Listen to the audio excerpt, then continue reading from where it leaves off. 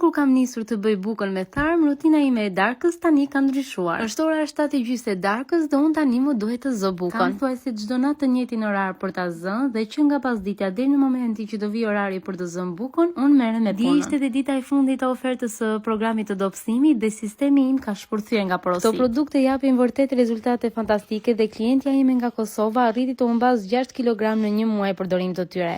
Tani ka nisur paketën e dytë dhe do të kemi super rezultate nga ajo. Dhe prandaj ju them gjithmonë që nëse keni nevojë që të dobësoheni dhe nuk keni kohë që të merrni me ushtrim apo palestër, mund të më kontaktoni për të nisur programin tim. Për të zënë një bukë unë përdor 600 gram miell, më përpara kam pas përdorur 500 gram, por e shoh që me 600 gram miell më vjen buka më e mirë. Siç e patë edhe në video, krijoj një hapësirë aty në mes, largoj pak miellin dhe hedh tharmin e më pas ujin për të përzierë si fillim tharmin me ujë e më pas për të zënë të gjithë brumin. Brumi nuk e zë shumë të hollë, të jetë një masë kompakte dhe elastike. Ushqej dhe tharmin, tani më duket vetja si specialiste dhe më shumë çdo gjë e shoh me sy dhe me konsistencë, nuk është se e mas fiks masa. Tek pjesa e tharmit që më ka mbetur, shtoj një finxhan me ujë të ngrohtë dhe shtoj miell derisa të më formohet ajo brumi i tharmit jo shumë i hollë. Pasi e kam lënë brumin e bukës që të pushoj për një orë, pastaj do t'i shtoj kripën dhe do ta përzije. Nuk do t'ja shtoj pra kripën që në fillim. E më pas do ta lëj që të pushoj për 2 orë të tjera, pastaj procesi i fundit është që ta kthej në tepsi. I bëj hapjen si fillim kështu siç e shihni në video e pastaj i bëj palosje. Këtë proces e bëjmë që të japim forcë brumit dhe që të mbaj ajrin brenda. Fluska që i krijohen t'i shpërndajmë në mënyrë të barabartë dhe t'na krijojnë ato vrimat e bukura brenda. Këto tepsi që kam, më keni komentuar shumë dhe më keni pyetur disa herë se ku i kam marr,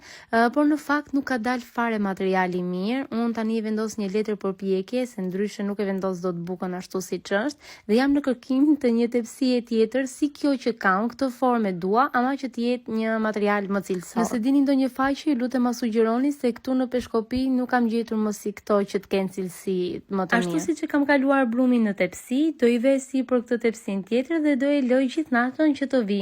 Dhe ja nesër në mëngjes duke që është mbushur tepsia plot. Do i bëj një prerje pa kanash dhe do e vendos direkt që të piqet. I vendos dhe një enë me ujë poshtë në furrë dhe bukën e lë 30 minutat e para me këtë tepsin sipër dhe pas 30 minutash ja heq dhe lë dhe 30 minuta të tjera që të piqet plotësisht. Unë nuk i nxjerr direkt nga furra, e lë dhe 10-15 minuta të tjera aty se kështu korja i zbutet më mirë. Pastaj e mbuloj me sofra bezë që të më rrijë më ngrohtë dhe më e butë. Këtë bukë kështu të ngrohtë do e haja edhe thatë do më shionte, ama me pak gjarp, gjizë dhe domate do ishte tjetër nivel. Unë sigurisht që nuk i rezistova dot, sa po mbylla videon e bëra një copë për vete.